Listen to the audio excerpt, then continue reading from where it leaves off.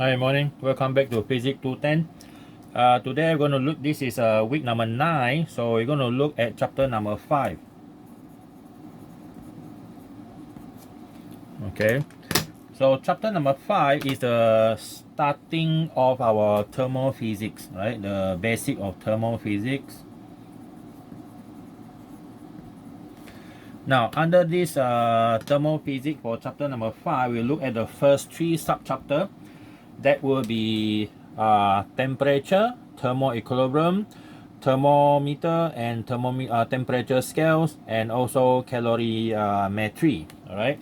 So first we look at 5.1, which is a temperature and thermoequilibrium.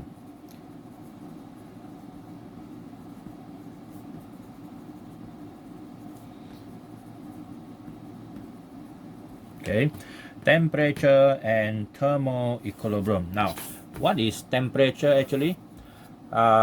You should know the difference between temperature and heat. So now we look at the basic about temperature and heat, yeah, the definition for both of them.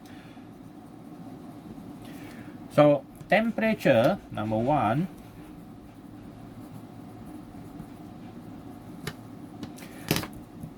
is the degree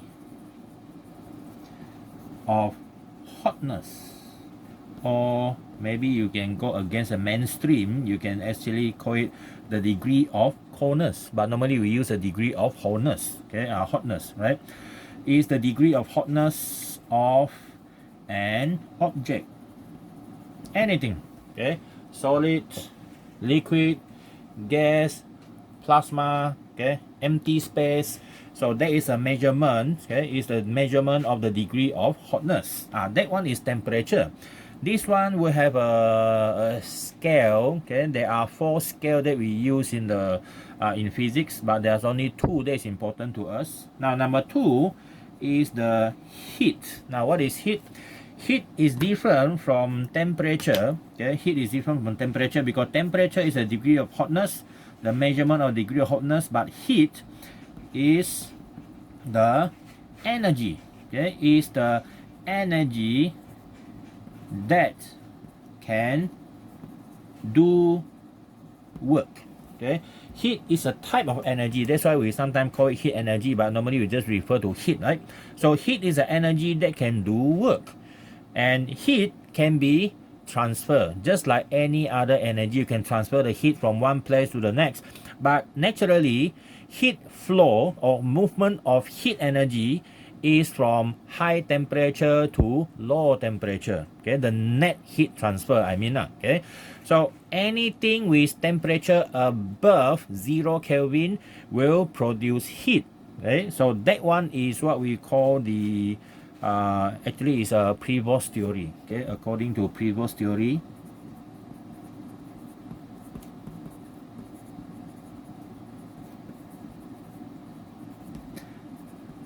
any matter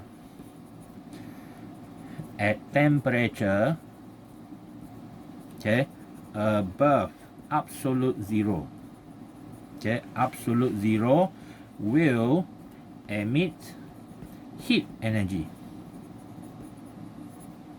It's just a matter of the heat energy is a lot or just a little bit only. All right.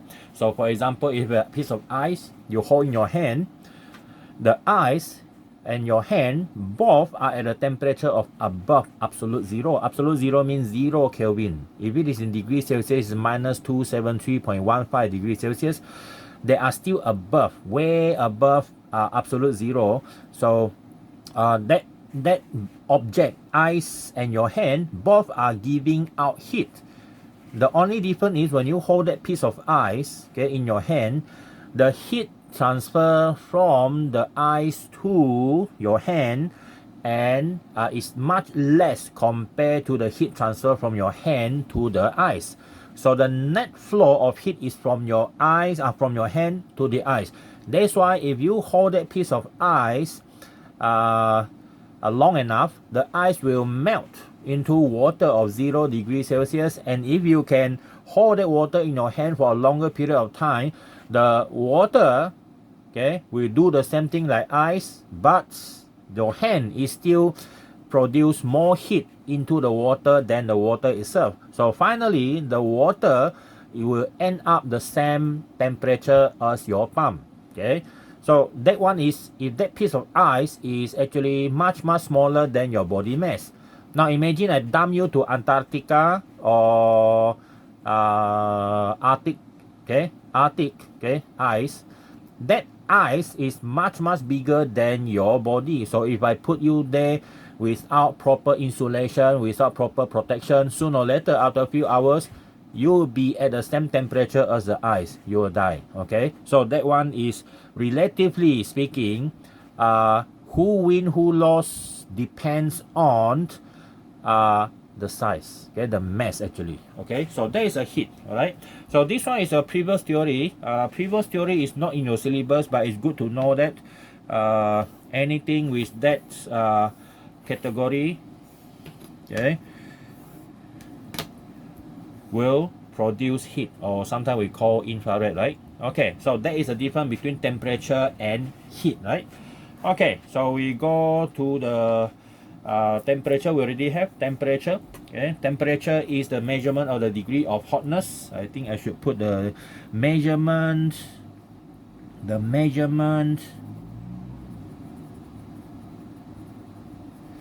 of the degree of hotness or coldness of an object. Okay, now I have a IQ question for you.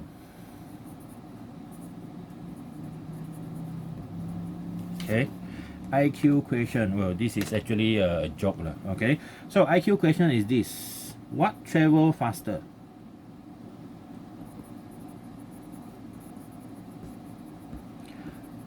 Hot or cold? Okay, so you don't have to answer to me. You just you can WhatsApp to me later on after you watch the video here. Okay, so this one it's an IQ question. You need a very high IQ to answer this question, yeah? Okay, so the high IQ mean normally they don't follow physics lah, okay? So what travel faster, hot or cold? That is a good question, right? Okay, but anyway, it won't come out in the exam lah. Okay, now, temperature as we know it, okay? Temperature as we know it is you measure the degree of hotness. Okay, you see here, we will go to this one first before we go to thermo-equilibrium, because this one seems to be not following the order. We should start with thermometer and the other first before go into thermo-equilibrium. So the next one is our thermometer. Okay, our thermometer. Okay, what is thermometer? Well, thermometer is actually a device used to measure temperature. That's it. Thermo is temperature. Meter is a device used to measure temperature. Okay, so thermometer, how many types of thermometer we have? Well, thermometer, there are so many types. Okay, but they also come in different range. What you want to measure, and then the environment that you are in, convenience of the usage, and so on. Okay, so we start with the very basic thing about thermometer. Okay, so for thermometer to function, the theory of thermometer is this. Okay, the theory of thermometry. Okay, we should use the word thermometry. Theory of thermometry is that anything, okay, anything that changes, okay, changes physically, okay, according to the change in temperature, okay, is called thermometry. It's called the study of thermometry. Okay, for example, okay, there are a few examples here. Okay, example number one, expansion of mercury when it is heated. That is one example. Okay, when you heat mercury, they expand. if you cool it down, it contract. Okay, do the reverse. This one is depends on the expansion and then related to temperature changes. Okay, now number 2 is the change in wavelength emitted on surface of object.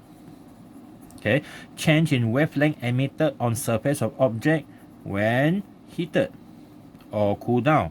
So you see the change in wavelength emitted from the surface when it is heated. You see now, for example, you have a piece of iron. Okay, a piece of iron normally come in dark color. Okay, dark color. So you heat it up, and finally it turned red. Right? It started red, black first. Okay, black first.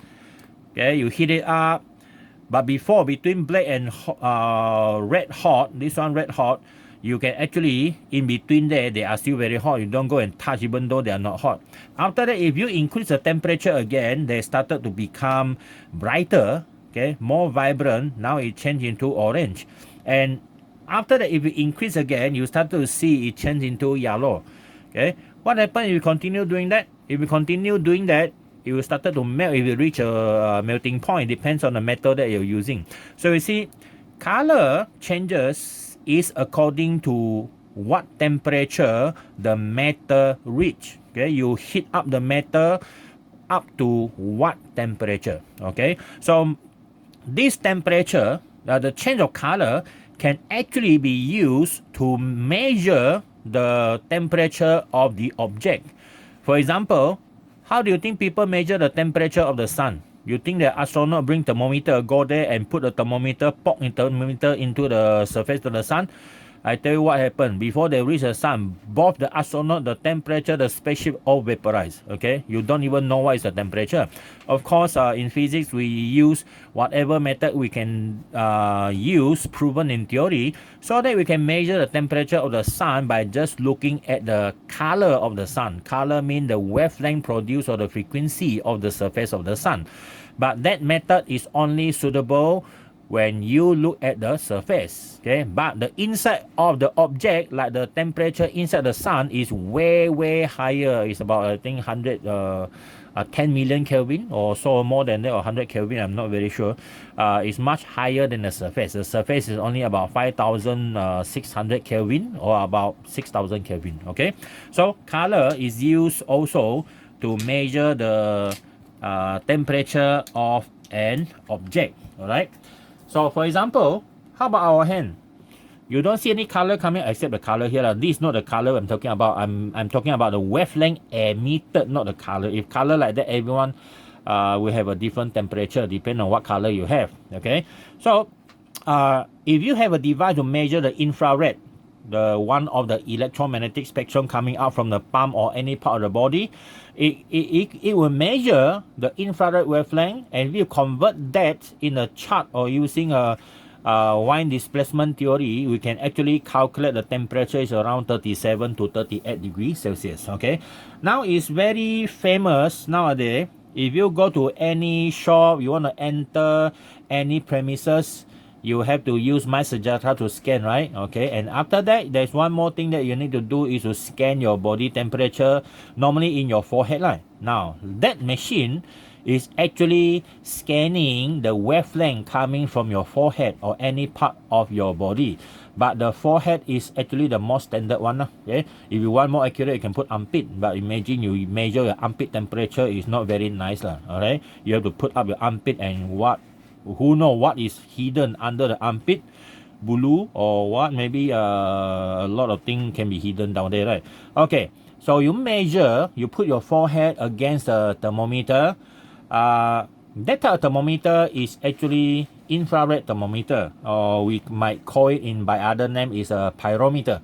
Pyrometer is actually looking at the wavelength emitted and convert that one to temperature. Okay, and that need a lot of calibration like any other thermometer as well. Okay, so these are just example. Okay, expansion of mercury, change in wavelength. Now Any other method?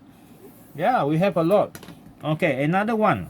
Changes, okay, of resistance. Okay, changes of resistance of a piece of wire, okay, conducting wire, when it is heated. When you heat up a piece of wire or you cool it down, the temperature will change. Okay, for example, for metal, okay, most metal choose copper. What happen is when your temperature increase, what happen to your resistance? Your resistance will increase as well. Okay, your resistance will increase as well. And then another one is semiconductor. Okay, semiconductor, when your temperature increase, the overall resistance will drop. Okay, the overall resistance will drop. Why we say overall resistance? Because in semiconductor, it's quite different. The mechanism in which the resistance changes is quite different from metal. So for metal, the only reason why the what we call it, the resistance increase, is because the resistivity increase. Okay, resistivity increase.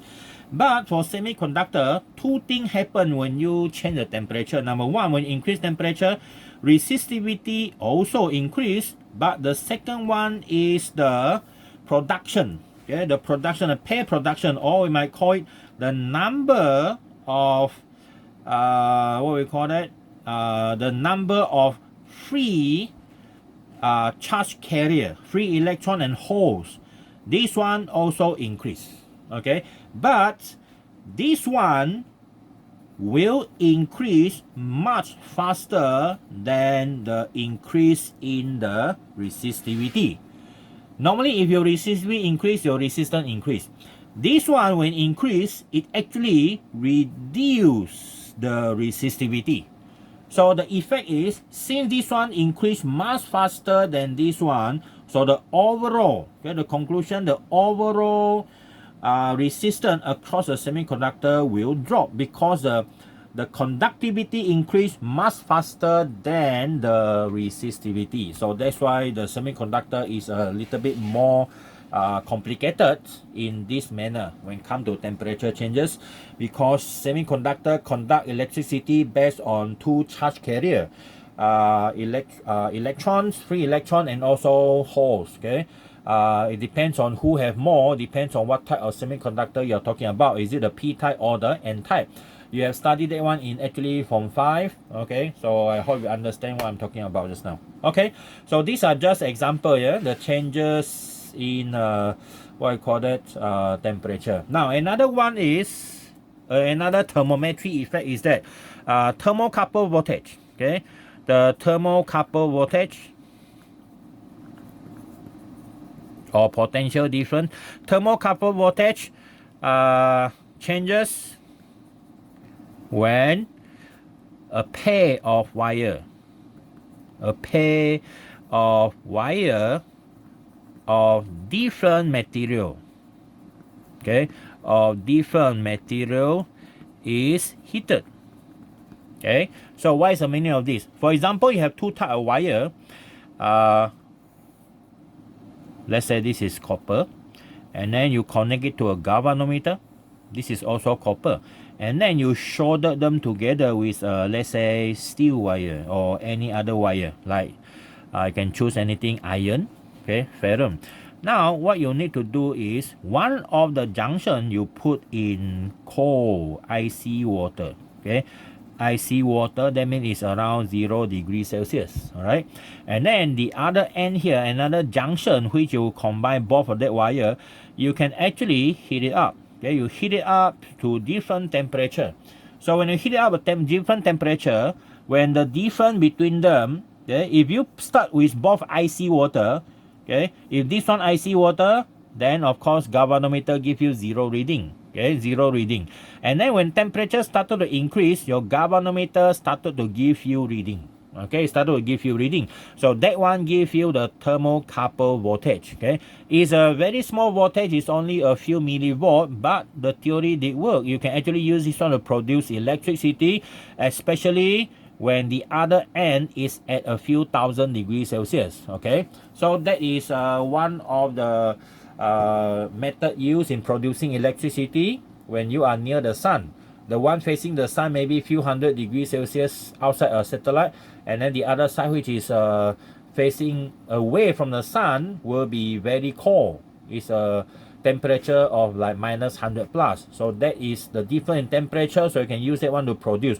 But of course you don't use one single wire like that, like maybe like thousands of wires of copper and then some other aluminum, because iron very heavy, so you use aluminum or some other wire. Okay, so that one is method in producing electricity as well, rather other than it is a type of thermometry effect. Okay, so these are type of thermometer. Now we look at example of thermometer use. For example, this is example of thermometry. Now we look at example of thermometer based on this.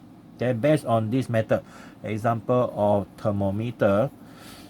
Okay, number one, the one based on expansion of mercury is lab thermometer. Okay, lab thermometer.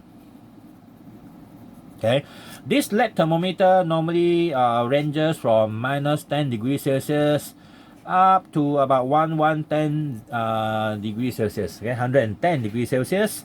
Well, this one is commonly available in a lab. All right, so this one normally related to liquid water. Okay, liquid water, you can measure the chemical reaction mostly based around this temperature. Now number two, changes in wavelength. This one is a type of pyrometer. Okay, pyrometer, well, it depends on color changes. The one you use, okay, pyrometer, what can they measure? There are so many types of pyrometer that we have. Okay, there are so many types, so the temperature can range from about hundreds minus 200 degrees Celsius up to about few thousand. Okay, a few thousand. If you use it to measure body temperature, definitely you don't need this range. The larger the range, the more expensive it is. Okay, and then number three, changes of resistance of a piece of wire when it is heated up. Now this one is under what condition? Normally used in what we call that, thermistor. Okay, thermistor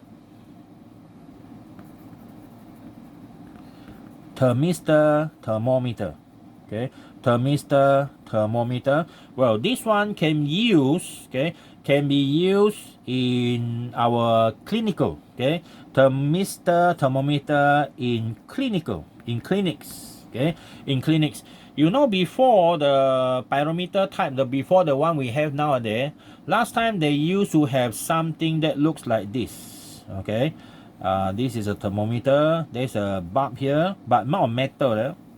And then there's a small digital here, read out. So they put this one in your mouth.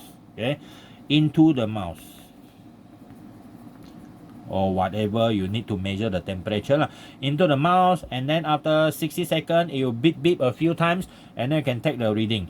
Now the good thing about the changes of resistance of piece of wire when it is changing in temperature is it responds very fast. Okay, it responds very fast. All right, so that's why it is used in clinical. Now this clinical thermometer don't have a big range here because our body temperature fluctuated not much. Okay, unless you got high fever, unless you got hypothermia, your body temperature will change much more than that. Normally our temperature 37.5, actually not much scale that we need for that. For example, the scale normally start with 35 degrees Celsius up to about 45 degrees Celsius, the range. This is the range that we have. Okay, and then number four, thermocouple voltage. Well, since when we use this one? Because the changes here is very small and very accurate, we can actually use this one. Okay, we can actually use this one also to measure body temperature, but this one you need a calibration on the cold side. Okay, you need a calibration on the cold side. So normally this one is for industrial use. Okay, industrial use. Now another type here, okay, another type which is used to calibrate temperature in physics. None of this one is used. So we have that one. This is page one. Now go to page two. The last one that we're going to talk about in measuring the temperature for calibration is type number 5. We call that one the gas temperature. Okay, the gas temperature. Now, what is gas temperature? A gas temperature is to measure the expansion or the contraction of gas according to temperature. That contraction and expansion of gas is the thermometric effect. Okay, the thermometric effect related to temperature.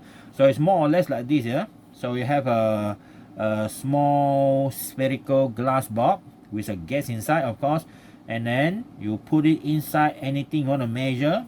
Okay, you measure, and then after that you can actually use this one, okay, to measure the changes, okay, in the, what we call that, the pressure, okay, the changes in the pressure.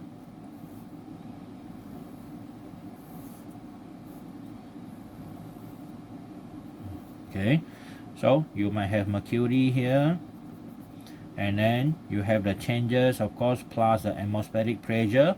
So this one you can use PB equal to nRT.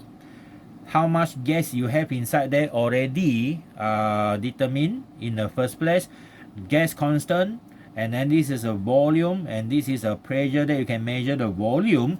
As long as the tube here is small enough, the volume of the sphere is equivalent to the volume of the gas. And then from here, you can get the temperature, okay? But of course, there is a limit, okay? If we use helium, okay, if you use helium gas here, you can go as low as about, I think, smaller than 2 Kelvin. It's a very near to absolute zero already. So far, our absolute zero are based on extrapolation. Yeah, we don't have any gas that can actually go to 0 degrees, 0 Kelvin. Okay, 0 Kelvin. So this one is the world's most accurate calibration. Okay, it's a more direct method. Okay, based on gas property. What happened below 2 Kelvin? The helium will solidify. It solidify and now no more a gas. Then you cannot use that method anymore because it's no more a gas, so it don't expand according to gas law. All right. So that is a gas temperature. Well, you don't need a gas temperature because you cannot get the value of temperature directly. You need to do measurement, you need to do a lot of calculation. Well, if you go to hospital, they use that method. It take you about maybe like half an hour to know your body temperature. By the time you're nervously waiting for that one, maybe your temperature shoot up higher than before. All right. Okay, that is gas temperature. Yeah. Okay. And now we already look at the scale. The next one, the temperature scale.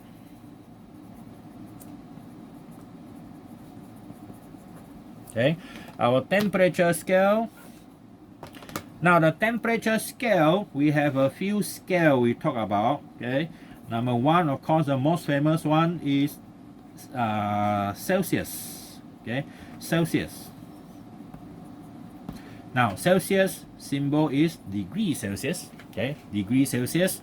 For example, ice, pure ice is at 0 degrees Celsius, and then boiling, okay, boiling water is at 100 degrees Celsius. This one is by definition, we fix it like that, B4, okay, B4. And then the second unit used is the Kelvin. Okay, the Kelvin, K, no small zero here, just the Kelvin, degree Kelvin. Okay, just Kelvin. How many Kelvin? They don't use the word degree. Only this one, degree Celsius. Now, Kelvin related to Celsius is anything you have in Celsius, you have to plus 273. Okay. So, for example, ice temperature compared to boiling water, you have 0. Okay, 0 degrees Celsius. So, your 0 degrees Celsius is equivalent to 0 plus 273 Kelvin. Okay, so you have 273 Kelvin. Next one is 100 degrees Celsius is equal to 100 plus 273 Kelvin. So now you have 373 Kelvin. Now see, there's a difference.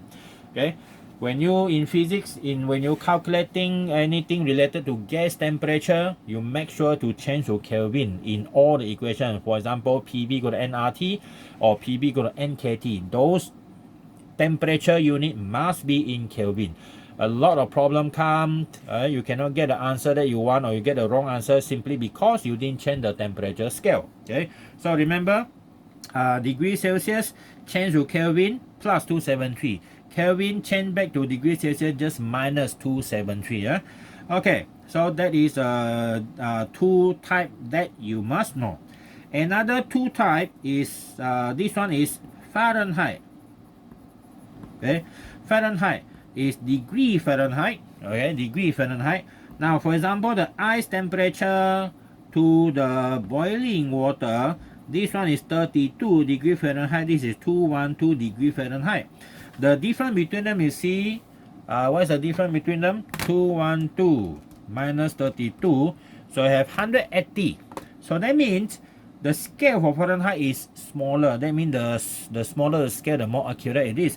Some countries still using Fahrenheit. Like for example, US is still using Fahrenheit. Okay, so I forgotten the formula to change Fahrenheit to Celsius and Celsius go to Fahrenheit already. But anyway, it's not important in our physics because we don't use that one in our physics. Okay, and then number 4 is Rankine. Okay, Rankine is like Kelvin. Okay, Rankine is like Kelvin. So this one is Rankine. Okay, R only, like Kelvin, no symbol 0 here. Now the difference is that at ice temperature it is 0 Rankine, and then at this what we call it, boiling temperature, okay, boiling water, it is 200 Rankine.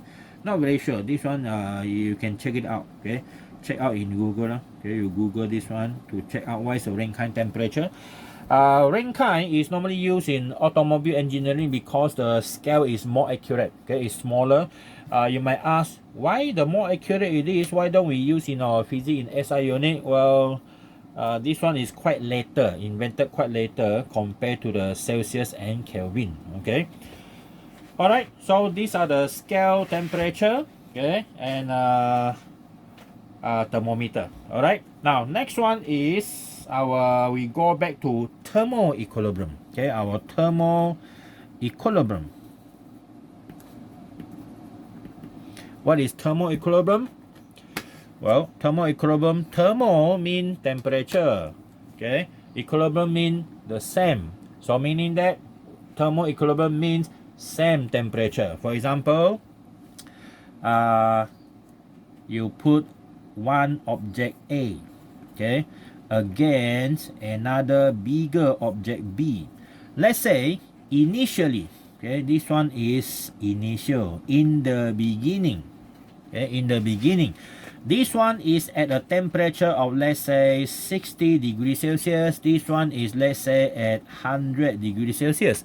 So they are not equal, they are not the same. But since B is a bigger object, you put a smaller object, okay, smaller object. So after a while, okay, this one is initially, finally, what happened? After quite some time, if you can still maintain this 100 degrees Celsius, A and B, or A will finally have the same temperature as B. Okay, so this one we say A and B are in thermal equilibrium. Okay, thermal equilibrium. All right, so when you say thermal equilibrium, that means they are in the same temperature. Can we be in thermal equilibrium with something? Well, depends on the size, as I said just now. If you hold a piece of metal, okay, let's say metal is very easy to use because metal, for example, this is a pin. You know this pin, right? Used to poke into the slot for your phone and so on. Now this pin here is actually very small and it's made of metal. Now if I hold in my hand, now the temperature of my room is aircon, so this one should be like 26 degrees Celsius, but my body is 37.5. So if I hold it like this, okay, for like let's say 10 minutes, okay, 10 minutes or maybe less than that, if you measure directly after I take it out, put it on your hand, you measure directly using pyrometer or whatever very sensitive equipment, you can actually measure the temperature of this object to be 37.5, the same as my body. Okay, because why? Because the size of this pin is very small. Okay, now as I say just now, if I put you, okay, if I go to Antarctica, okay, Antarctic, you know that that land is like so huge, about the size of Australia, maybe bigger than that. So the temperature sometimes is like -60, -70, and so on. Now my body is 37.5. You don't hope to melt the ice in Antarctic. You be the one frozen, because why? The size of the body compared to the land of Antarctic is very small. So the story is the same like this. This one is small, you put in your hand, well, finally the small one follow your temperature, end up as your temperature. But if you are the one who go to places that is huge, you are the one who end up as the same temperature as that big piece of mass. All right, so everything is relative to each other. Okay, so that is thermal equilibrium. Okay, so now is there any other application in thermal equilibrium? Yeah, you use thermal equilibrium concept to measure temperature. For example, okay, we start with something that related to thermal equilibrium. It was not listed down yet in this subchapter here. I will study anyway. It is called the Zero's law of thermodynamics. Now, Zero's law of thermodynamics. Okay, why Zero's law, not first law? Yeah, you have first law, second law, but after they discover first law, second law, then they realized that there should be something before the first law. So because the one already used, the one before the number before one is zero, so they call this one Zero's law. For example, if you discover that there should be something more basic than the Newton first law, second and third law, then you will call it Newton Zero's law. Okay, so that is how it works. Now, Zero's law of thermodynamics state that here. Okay, stated that if, okay, if A and C are in thermal equilibrium, okay, thermal equilibrium, likewise, okay, A and B, meaning that let's assume A and C are in thermal equilibrium, the same like A and B. So that means A and C are in thermal equilibrium. A and C in thermal equilibrium, A and B also in thermal equilibrium. Then B and C must be in thermal equilibrium. Meaning that if you know A and C have the same temperature, A and B also have the same temperature, that means without measuring, we induce that B and C also must be in the same temperature. You got it? Okay. So now, where do we use this thing here? Where do we use this? Well, this is how we use it. We use in the thermometer. The question is, where we use this concept or Zero's law or thermodynamics or thermal equilibrium? Okay, in measuring, the answer is in measuring, okay, measuring temperature. Okay, in measuring temperature. For example, now you have a thermometer. Okay, you have a thermometer. Okay, this thermometer, now I call it T, and then this is the calibration. Okay, this is a calibration. Remember our gas thermometer, you calibrate your thermometer against this gas. Okay, so I draw it like this. Okay, this is the gas thermometer. Okay, this is a gas thermometer. All right, gas thermometer. This one is calibrated. You know, you have a scale here, right? You have a scale here. So the scale, let's say, is from 0 to, let's say, 100. We don't use a lab thermometer. We don't use a clinical thermometer. We use a lab thermometer. It's easier for you to understand. So you already calibrated 0. You put this thing in icy water. So 0, you already calibrated. And then you heat it up to 100 degrees Celsius. And also in between, you have everything you want. Okay, every temperature value that you have. So now, you use the same thermometer, okay, use the same thermometer to measure your body temperature. Okay, you measure your body temperature. Okay, this is you. Okay, human. Okay, so you get up to this scale. Okay, let's say up to this scale. The scale here is 37.5 degrees Celsius. So when you use a thermometer as a medium to measure your body, you get the same scale here, 37.5. The question is, can we trust this thermometer? Yeah, because you calibrate your thermometer from the gas thermometer. So that means whatever the thermometer used to measure your body temperature until it get 37.5, you refer back to this one because this one can be proven. Your body temperature is 37.5. Okay, that is what we call measuring temperature. Well, normally we just take it for granted without thinking about this. Thermometer, well, I trust this one. The question is, you trust the thermometer or not? Okay, if you trust thermometer, why you trust thermometer? Because it was calibrated properly by the world best thermometer, which is the gas thermometer. All right, so where is the A, where is the B, and where is the C? Yeah, this is the A. Okay, this is the A, and this is the B, and this is the C. Now, since A is thermoequilibrium with C at that scale, and your A and B is also thermoequilibrium in that scale, so that means your temperature of your body must be the same as a calibrated temperature of 37.5. So see, that is where. As long as you measure temperature, you think of where does that scale come from and how it is calibrated.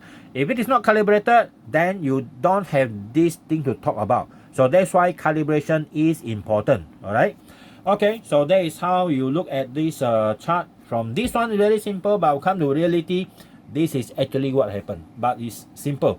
What you need is, this one is fixed already, you calibrated. The next thing you do is measure any other temperature other than human body temperature. Okay. So that is our thermoequilibrium. Okay. Temperature, thermoequilibrium, thermometer, temperature scale. All right.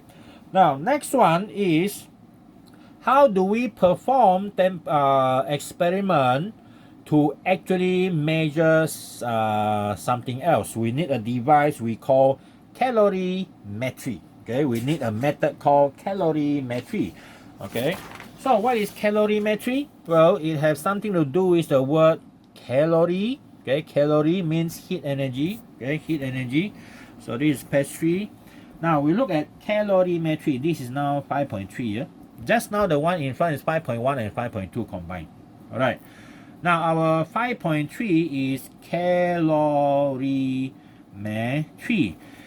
If you already done your lab, submitted, well, your lab, you know that you are doing calorimetry experiment for your lab actually, right? Just want to mention that some of you just submitted your lab few days ago, just submitted, I said before Gawai, right?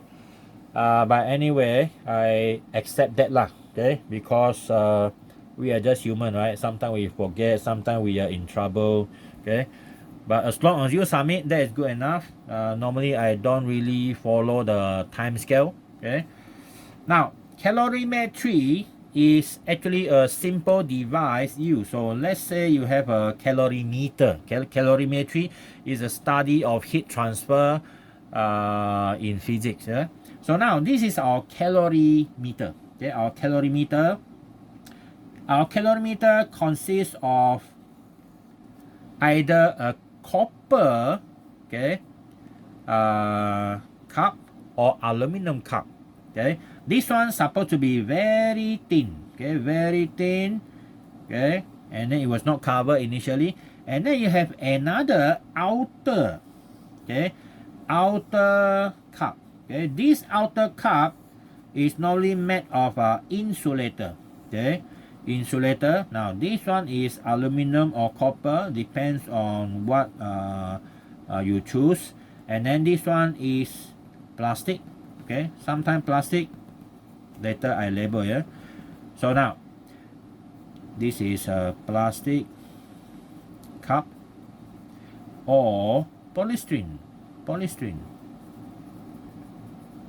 Okay, polystyrene cup. Okay, the one who you get coffee from. Okay, now this one will be aluminum